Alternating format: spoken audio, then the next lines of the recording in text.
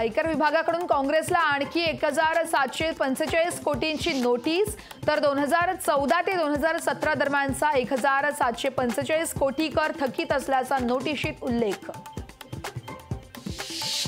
लहान म्हणून मला सांभाळून घ्या, सगळे एकत्र या, नवनीत राणांनी नाराज मित्रपक्षांना भावनिक साथ।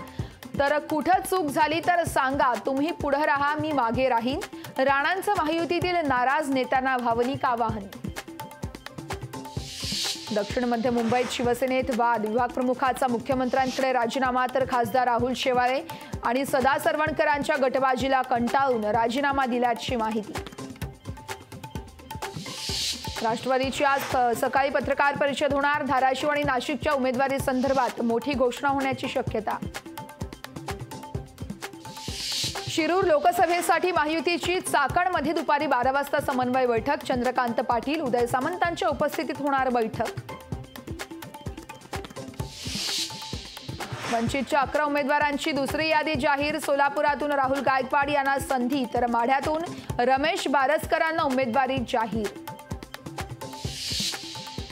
महाराष्ट्र सदन घोटाळा प्रकरणी आज सुप्रीम कोर्टात महत्त्वाची सुनावणी पार पडणार। घोटाळ्यात छगन भुजबळ यांना दिलासा मिळाला होता, तर दमानी यांच्या याचिकेवरती सुप्रीम कोर्टात होणार सुनावणी। माझा नेता पलटूराम निघाला 5 लाख, पवार विरोधी मतदारांनी काय करायचं, विजय शिवतारेंनी निवडणुकीतून माघार घेताच कार्यकर्त्यांचं खरमरीत पत्र। नाशिक जिल्ह्यातील बहुतांश बाजार समित्या 4 दिवस राहणार बंद, व्यापाऱ्यांना मार्च एंडचा हिशोब करण्यासाठी बंदचा निर्णय, तर बंदमुळे शेतकऱ्यांची मोठी गैरसोय होणार। लोकशाही मराठी ऐका, पहा, जागरूक रहा।